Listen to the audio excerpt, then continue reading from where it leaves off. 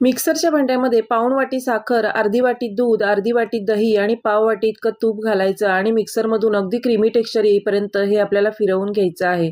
आता हे मिश्रण तयार झाल्यानंतर एका भांड्यात काढून यामध्ये 1 वाटी इतका बारीक रवा घालून हा मिक्स करून घ्यायचा आणि 20 मिनिटं आपल्याला हा रवा मुरण्यासाठी ठेवून द्यायचा आहे. त्यानंतर केक टिनला आपल्याला ग्रीस करून बटर पेपर लावून घ्यायचा आहे. 20 मिनिटांनंतर रवा छान मुरला जातो. यामध्ये 1 छोटा चमचा बेकिंग पावडर आणि 1 छोटा चमचा व्हॅनिला इसेन्स घालून हे मिश्रण आपल्याला मिक्स करून घ्यायचं आहे. आता इथे केक टिनमध्ये मिश्रण घालायचं आणि 10 मिनिटं आधी प्रीहीट केलेल्या कढईमध्ये अशा पद्धतीने केक आपल्याला 40 ते 50 मिनिटं मंद आचेवर बेक करून घ्यायचा आहे. केक बेक करायला ठेवल्यापासून आपल्याला तो कमीत कमी 30 मिनिटं तरी उघडून पाहायचा नाही. जर आपण त्याआधी उघडून पाहिला तर केक खाली बसण्याची शक्यता असते. त्यानंतर केक चांगला बेक झाला की कपड्याने झाकून ठेवायचा आणि पूर्णपणे थंड झाल्यानंतर तो कट करून घ्यायचा आहे. म्हणजे तो कोरडा पडत नाही आणि मऊ लुसलुशीत रवा केक आपला तयार होतो.